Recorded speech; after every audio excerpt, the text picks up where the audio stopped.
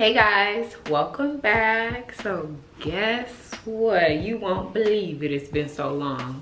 Yes, our video is about Sacred Woman today. I have finally took the time to read more. We are on chapter 4. I have split chapter 4 into 2 parts because it is very long, honey. So this is the first part of Sacred Woman, Queen Afua's book. Chapter 4, The Care of the Womb.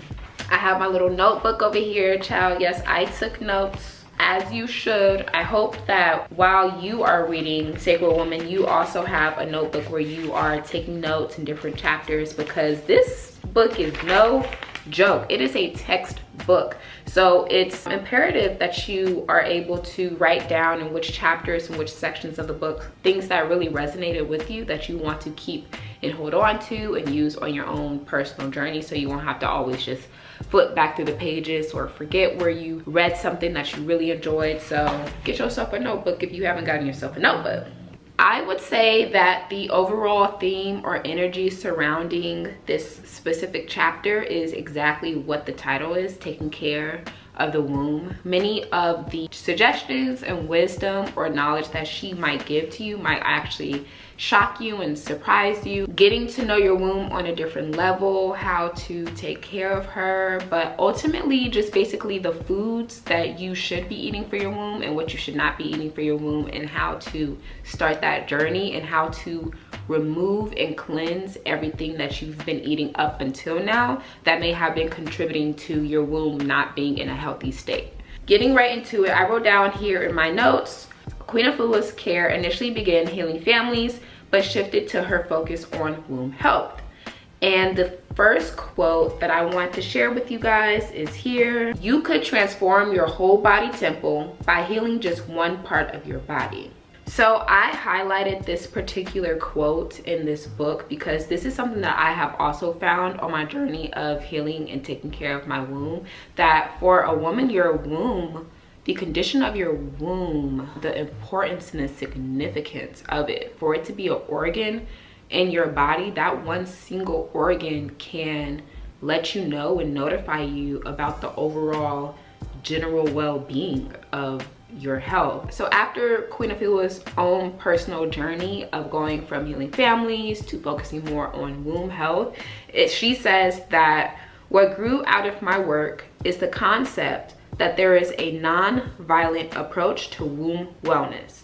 It comes through being conscious of the womb's own wisdom and utilizing natural therapies that honor your whole body. And then she has listed here her own sort of herbal or holistic remedies that she has found to be helpful on not only her own journey, but her journey for those that she has healed around her. So the next section, eat to live.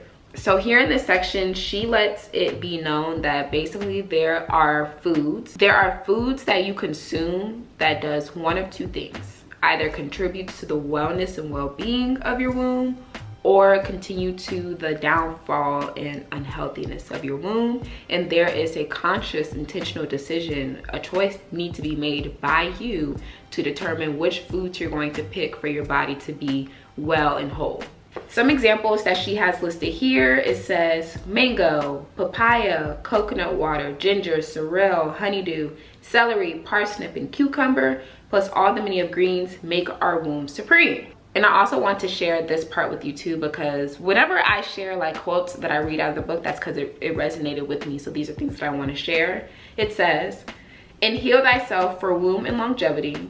I say that it takes love to feed a child, water to feed a plant, and milk, eggs, cheese, and flesh to feed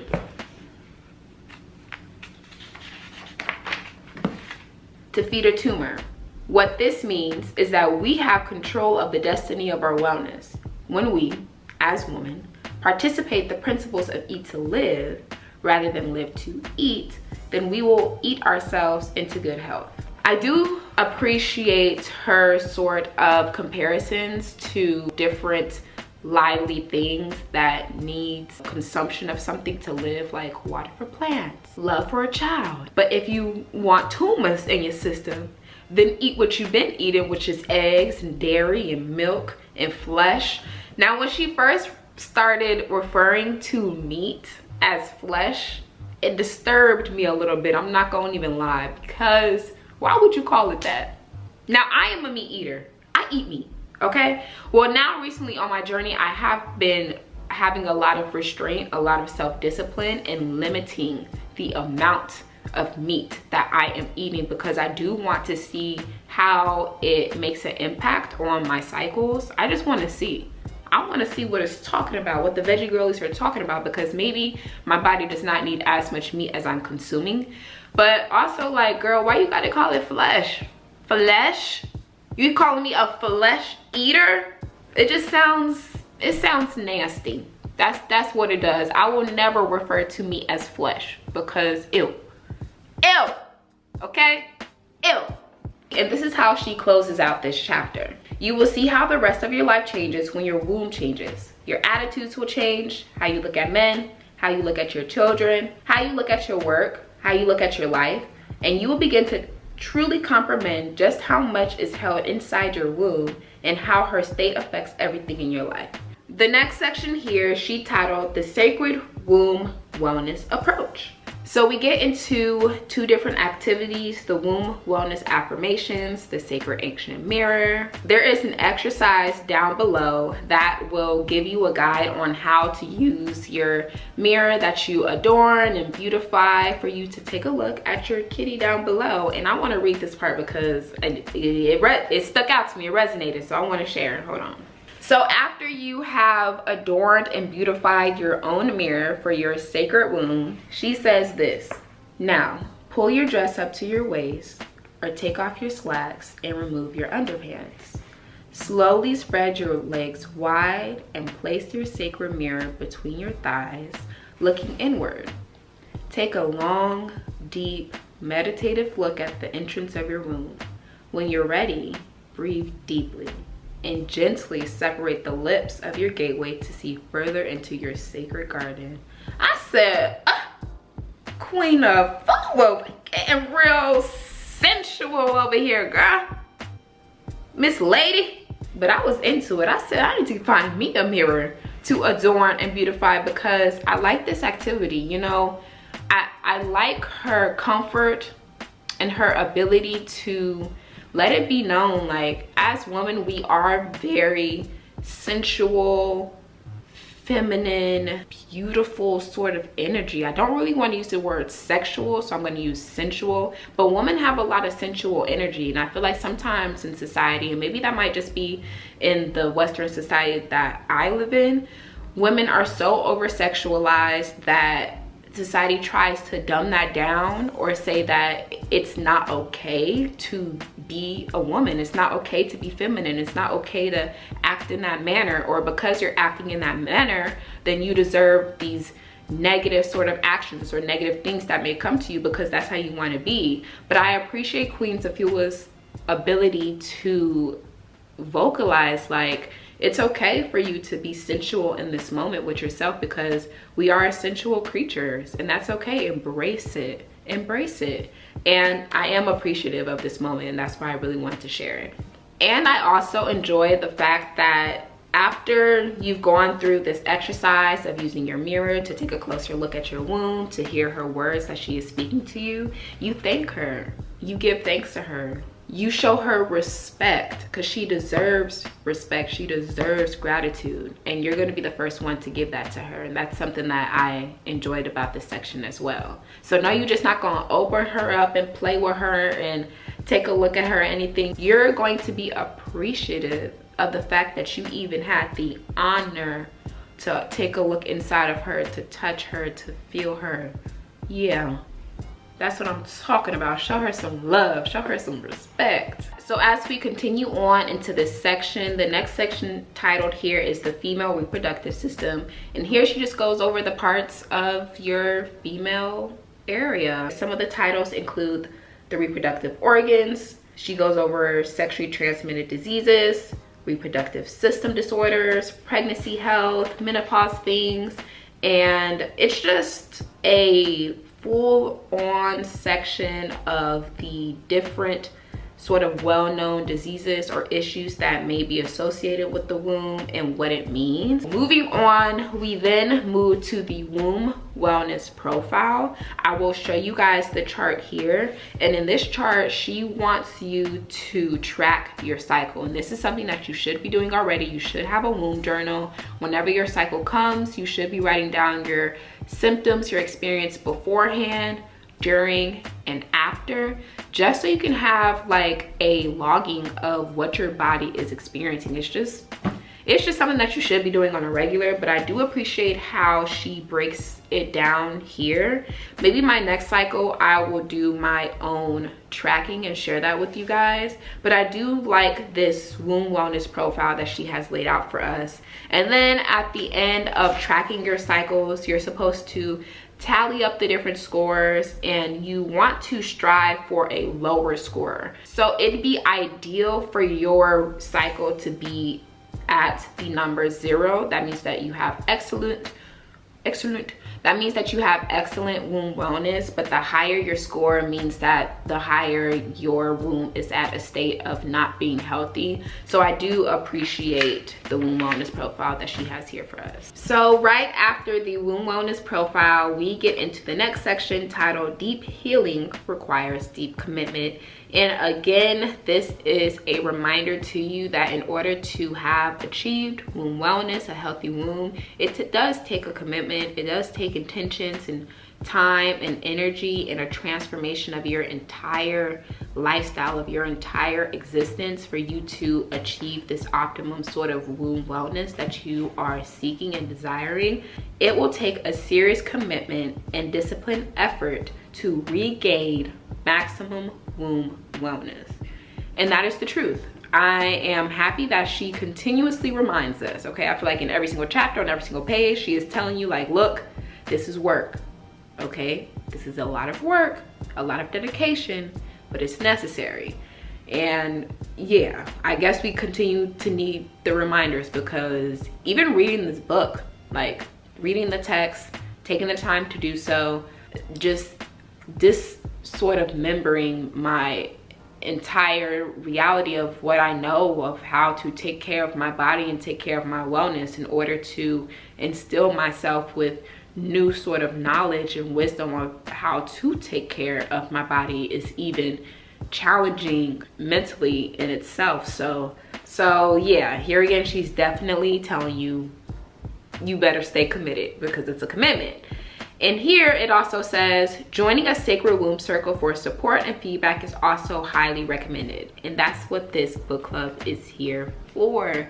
I know that this journey is quite the journey, but I am creating a sacred space for us all to be able to share different parts of our journeys, different challenges, or even certain achievements. Maybe if you achieve something on your womb journey, you want to share that down below in the comments. If you want to share it even over on my Instagram, where I talk a little bit more intimately with you guys about my womb journey and how to heal your womb. I want this to be a supportive space, because I want us all to feel supported and encouraged on this journey. So this is our sacred womb space, our sacred womb sort of groove. Like, this is what this book club is here for. And then at the end of this section, she says, remember, womb wellness is a prerequisite for the 9 gateways of initiation. We have not reached the 9 different gateways of initiation. Chapter 4 comes right before the first gateway, but she is saying, like, if you want to partake in the gateways, your womb needs to be well. You already need to have had certain changes in your lifestyle and your eating habits and things of that nature for you to even partake in the initiation gateways. Honey, you're not welcome to the club. You can't join the club if you haven't started this womb wellness journey right here. That is what she wants us all to know. We're not invited to the club just yet. We got to get our minds and wombs and bodies right if we want to start the gateways. And luckily we do have time. You know, these videos come every so often, but yeah, if you want to start the gateways, then baby, get your womb well and right, and then you can be invited. And I thought that was funny. She's just so very raw and real and authentic in the way that she communicates to us, and I appreciate the realness that comes from her. But yeah, she's very serious, okay? The next section is titled Womb Imbalance Stops Here, Healing the Wombs of Your Family. The very first sentence I highlighted here: attaining and maintaining womb wellness is a lifetime process. Let me repeat that again. Attaining and maintaining womb wellness is a lifetime process. Meaning, child, this is forever. This isn't just, oh, while I'm reading the book, while the book club is going on, this is when I'm eating correctly, this is when I'm doing all my things. No, from here forward, now that you have the knowledge that you've been seeking, here forward, this is like this forever. You need to be intentional about your womb wellness journey from here until forever. This section right here, after reading this section, I had to take a moment. I had to stop reading and take a couple of deep breaths. I can even feel the energy, like I can feel the energy building up in my chest and in my throat even right now, just thinking about like what this section says specifically, because it was relatable. And I guess there are moments where I try to act as if certain things don't bother me, or act as if like, oh, that doesn't affect me, when really deep down, or you know, on a subconscious level it does, and consciously I might be like, no, I'm good, you know, I'm fine. But child, after reading this, I said, oh, okay, we are bothered. All conditions begin at the beginning in the womb of your mother and all the mothers before her. If you start checking out the womb histories in your family, passed down from your mother, your grandmother, and her grandmother, you'll find that what's been going on with your womb follows some of the same patterns as with your foremothers. I used to kind of ask myself, like, why would I, or why would this generation of mine be burdened with the task or the responsibility from here through to make sure that things are different? But I've had to have a lot of growth in understanding that it's really a blessing. It's a blessing for me to have a sense of awareness and to have more knowledge. We have a lot more knowledge and access to knowledge now than what we did before. So it's a blessing to be able to have the knowledge to moving forward, have the bloodline of women have a more happier, positive, enlightening sort of experience instead of maybe the storylines that were presented before. And that's something that I've had to grow into on my journey. I won't read the entire next section here because it is long, but I will put it here on the screen. And this is the only part that I will read for you right here. It says, "You are that light, that sacred woman in training, and you, Sister Queen, have probably been feeling alone because you're the one who's so different. You've been feeling insecure, feeling isolated from the family. Remember, my sister, you are the healer. You are one of the first mothers.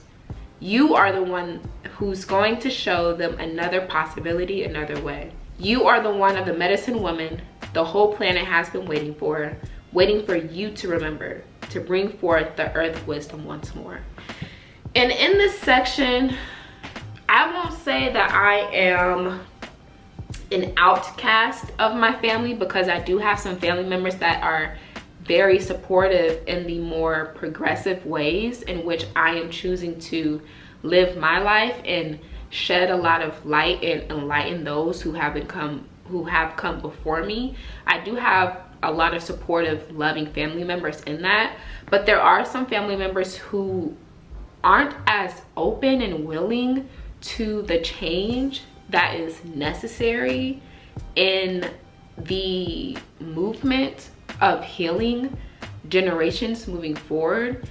And that's not a great feeling at all. You know, I desire to feel supported in every way from all of my family members, but just because I don't get the response that I desire doesn't mean that I have to stop, you know? It only means that the work that I'm doing is necessary and it's needed, because to pass on these sort of instilled perceptions and thought patterns, it won't be healthy moving forward to generations. So yes, I'm going to do everything in my power to ensure that the family moving forward, generations moving forward, are well and healthy and taken care of and have achieved this optimum sort of well-being on a mental, physical, and emotional level. So yeah, this was a moment to where I had to stop reading. I had to take a moment, because there's a lot of truth in that. And if you are someone who maybe feels a little alone on the journey of working towards not only healing yourself, but your family and generations that will come after you, I send you high frequency love and support and confidence and courage and a sense of relief knowing that you are doing what's best for your family, what's absolutely necessary, and I'm proud of you and I want you to continue going. And that is what a lot of the message here in this section is about. So I'm grateful for the encouragement that she had. The next section that I would like to get into, that is on page 78, is going vegetarian. In this section, she basically shares that you need to come up off of that flesh and insert more produce, more veggies and fruits into your diet. I'm gonna read this here. Keep in mind all the chemicals, all the antibiotics, steroids, and other hormones that are injected into our meat supply. They completely disrupt our hormonal balance. Don't forget that the more you take in something that bleeds, the more you will bleed. So you want to come off that beef. You want to come up off of that chicken. Literally, I swear, I promise you it says that. Like she's talking to us very authentically and very true and raw, and I appreciate that. But I wanted to share something. So when I was younger, I was a part of this program that studied girls from maybe like age 6 to age 12, somewhere around that age range. And whenever I would come in, I would have to talk about the different lotions, the different deodorants I use, different sort of health products, and then also the things that I was eating, cereal, meat, things of that nature. And they compared the things that I consumed and the things that I was putting on my body and inside my body to my growth and development as a young woman. And I think about that study that I was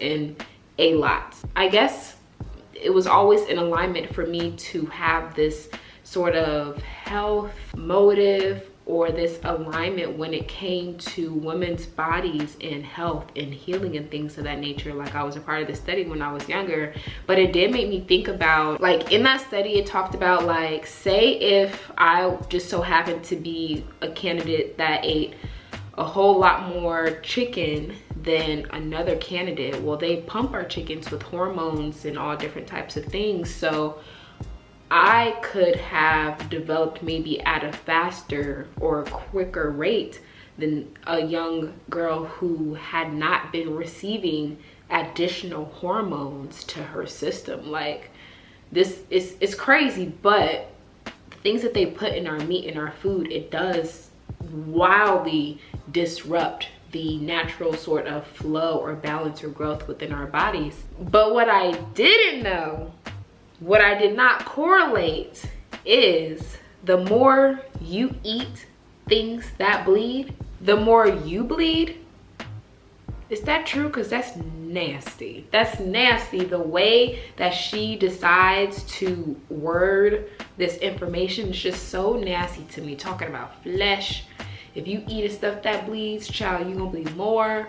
It sounds gross, it sounds nasty, but I guess that's kind of like the idea behind it too. Like, she's trying to stress the importance that this food is not the best option of food that you could be eating if you are working on healing your womb. And okay, I get it, I understand. Fine. Okay. And I do like that she breaks it down from a beginner to a more advanced sort of individual. So in the beginning, you can choose to not eat a lot of different types of meats. And you can choose to eat fish more than other meats because apparently fish is, I guess, a little bit healthier. Or advanced, she says if you're ready to go all the way, you can go full vegetarian and not consume any meat at all. And I want to read this to you as well. There are primary enemies that attack the womb on a dietary level. One is flesh foods, one is dairy, another is white flour products, milk, cheese, ice cream, eggs, and flesh foods feed a tumor. Tumors grow on something inside of you.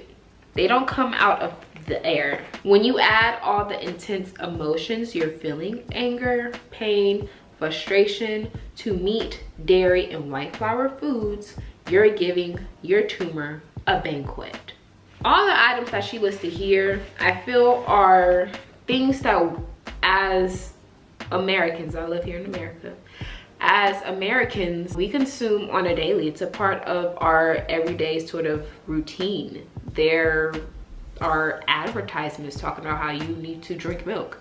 Every morning, you need to drink milk for your bones. In order for you to have strong bones, you need to consume milk. Baby, you drink milk for breakfast when you eat cereal. You eat cheese when you eat a sandwich, when you eat pizza, when you eat burgers. Or the list of foods that she has listed down is exactly the kind of foods or dietary sort of meals that are just normally associated with the everyday American consumption of food. But also on my journey, I've stopped eating a lot of things. Now I still eat meat. I just actually cooked me some fish tonight and it was amazing. It was so good. But I do my absolute best to stay away from dairy. Like, you will not see me drinking no cow milk. I very rarely eat cheese. It's rare. Like Thanksgiving, I definitely ate me some mac and cheese. Christmas coming up, I'm definitely gonna eat me some mac and cheese. Now, every now and then, if there is a slice of cheese pizza lying around, I might eat that cheese pizza, you know what I mean? But I am not cooking with cheese that come from cow milk. I'm not doing that. I'm not eating things like sour cream or a lot of different bread products that also has milk and things in it. And I really do try to supplement my white flour for other types of flour, like oat flour or alternatives to regular white flour that many of us are used to cooking with. So a lot of these things I've already implemented on my journey, but it's nice to have a reminder, you know, to further go even deeper on this journey of being intentional about the things that I'm eating. And me restricting a lot of the meat that I have in my everyday sort of consumption of foods is very new to me. And I would say that me reading this chapter has further influenced that decision to stop eating meat as often as I do. Like, I don't have to have meat with every meal. Like, I'd have meat with every meal. Eggs, bacon in the morning, maybe tacos later in the day.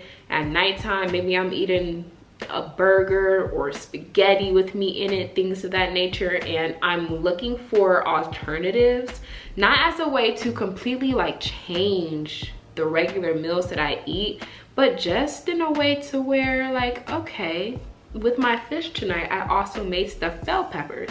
You know what those stuffed bell peppers were stuffed with? Veggies. Not everything that I consume has to have meat in it. I want to completely sort of transform that idea that I have in my head of, oh, I have to eat meat, I have to cook this thing with meat, because all veggies was just fine.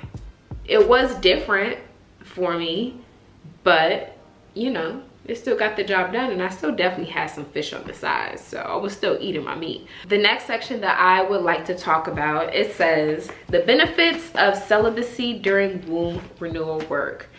When your partner wants to mate, offer gentle, affirming kisses and warm, cuddly hugs. I wrote right here LOL because that is so funny to me. Imagine you being in the mood, right? And your partner affirms you with kisses and cuddly hugs.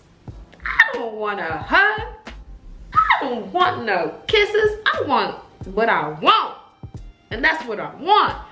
But I do believe that if you are on this journey, like, your partner should embrace and encourage your decision to live a healthier, happier life, which means that it's going to take some self-discipline for them too, but maybe that can be a test of your partnership. And then also, I do like that she has other alternative ways to show that sort of love and affection to your partner that's outside of like the sexual intimacy things, like making a bath for your partner. Like, I love that she put that. Maybe you can like massage your partner and things of that nature. But the warm, cuddly hugs and kisses had me, I laughed out loud, literally. I said, ha! Ha!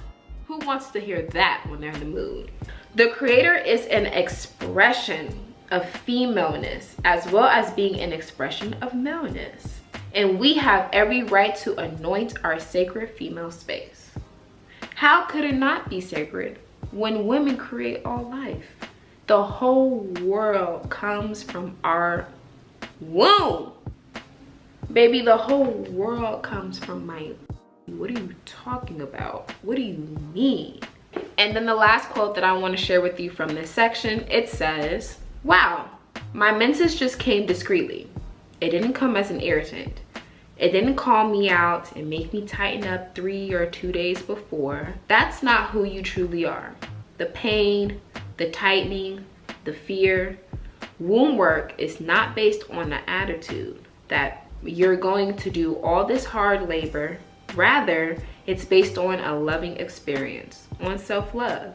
It's going to be the greatest love relationship that you have ever had in your life. And I do greatly believe in that. Following the path of truly showing yourself authentic love, meaning doing whatever it means necessary, of course on a high frequency sort of scale, to ensure that you are well taken care of and supported and loved on by you. Oh my goodness, the best feeling in the entire world. That love is unmatched. That love is not equal to nothing else ever in this lifetime, because you are the only person who knows how to love you correctly and fully and authentically. So since you are the only person who knows that, you providing yourself with exactly that experience, oh my goodness, heaven on earth. Heaven on earth is what it truly really is. For the next few pages, it is titled The Womb Wellness Cleansing Food Plan. And here it gives you the rundown on things that you should be eating, should not be eating. It gives you a flush recipe to cleanse out your liver. It also gives you different ideas that you can have for lunch, for dinner, like tofu, alternative protein sources since you won't be eating any meat. I did write down a little note here because it says, if you are craving something sweet, have you some applesauce. And I put, I don't want no applesauce. If I am craving me a little sugar, a little dessert, some cookies, some brownies, some cupcakes, some cake, what is applesauce about to do for me? Baby, give me a cookie. Like, I appreciate that she says, yeah, you're not supposed to be eating flesh or dairy, milk, all those things, but here are the things that you can be eating. I do enjoy the guidance and the knowledge that she places about that. Here we have another sort of chart page. It says recipes from the kitchen, Healing Laboratory. You're gonna have to go ahead and order the book to get these recipes here, but it gives you recipes for green juices, salads, shakes, soup, popcorn, salad dressing, things of that nature. So I really do like this page, and I definitely will be trying out many of these recipes, and I will for sure film them for you guys to let you know what I think about them. The next section that I will be covering, it is called the Mucus Trip, and here she states, as I've mentioned, mucus forming foods include devitalized white flour products such as white bread, muffins, bagels, and pasta, as well as white rice, white potatoes, and dairy foods such as cheese, milk, and ice cream. In fact, the flesh of animals is a major cause of mucus accumulation. And then she goes more into depth on mucus in different parts of your body and what that means. Like, for example, mucus in your nose causes sinus congestion, colds, hay fever. Mucus in your colon causes constipation. Mucus in your womb causes fibroids, cysts, and things of that nature. So she really goes into depth of if you do have mucus in different parts of your body, like what that necessarily means. And then she goes more into detail of how to break down that mucus that you do have in your body to completely release it and let it go. She actually gives a recipe for a mucus clearing drink. The colon and the womb. If you're taking in 3 meals a day, which adds up to 21 meals a week, and you've only had 1 bowel movement a day, that means 14 meals are backed up in your colon. Now visualize how heavy a colon would come crushing down on your womb. So if you are backed up 14 different meals, your colon sits right above your womb. I will actually insert the diagram that she has for us here in the text. How all of that weight weighing on your womb can cause a lot of different complications for your womb. The significance, the role that it plays in the well-being of your menstrual cycle, like, whoa, whoa, whoa, whoa. I have never in my life learned my digestive system plays such a significant role in the well-being of my womb and the experiences of my cycle. Why has no one ever told me that? Why was that not learned? Like, what the heck? After she gives us the rundown on different things that we can do in order to make sure that our digestive system and our womb are flowing healthy and happy, she moves on menses. To bleed or not to bleed. And this is the first quote that I would like to read to you here.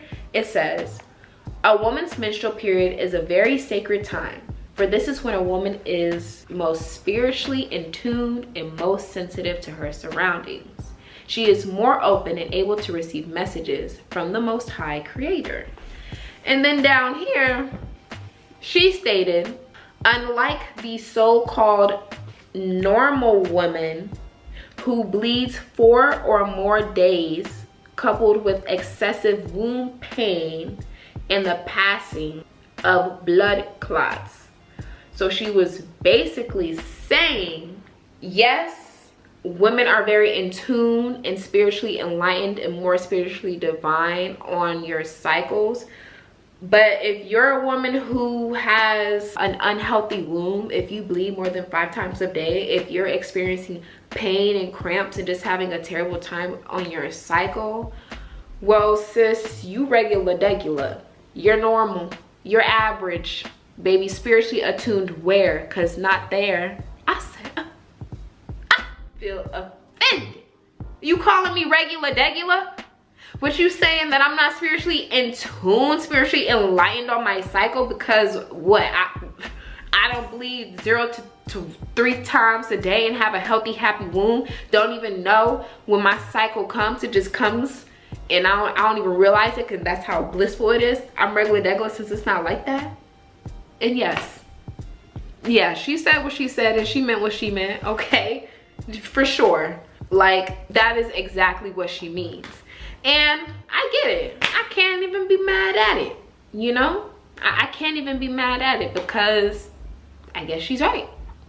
I guess she's right, because how could one have the time to even be sort of like intentional or aware about their spiritual enlightenment and attunedness if they're focusing on being in pain? Like, there's no time for you to even express your gratitude or even like take advantage of the spiritually divine moment, because you're so worried about the pain and the bleeding that you're going through. So I guess I get it. It's no hard feelings. Sister girl tells it how it is. You either gonna love her, you gonna have to accept her for who she is, and accept her words for what they are. Because if anything was to keep it very real and authentic, I would actually want the authentic truth from this book. Don't sugarcoat nothing for me. And she don't even do that. I don't even have to say that, because she doesn't sugarcoat a thing. She tell you exactly how it is. So I guess us regular, degular, normal sort of girlies has some work to do so we can be spiritually enlightened and in tuned, okay?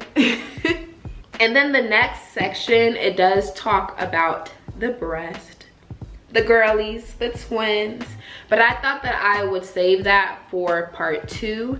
This chapter was pretty long, so I didn't want to break it up into 2 separate parts. This is part 1.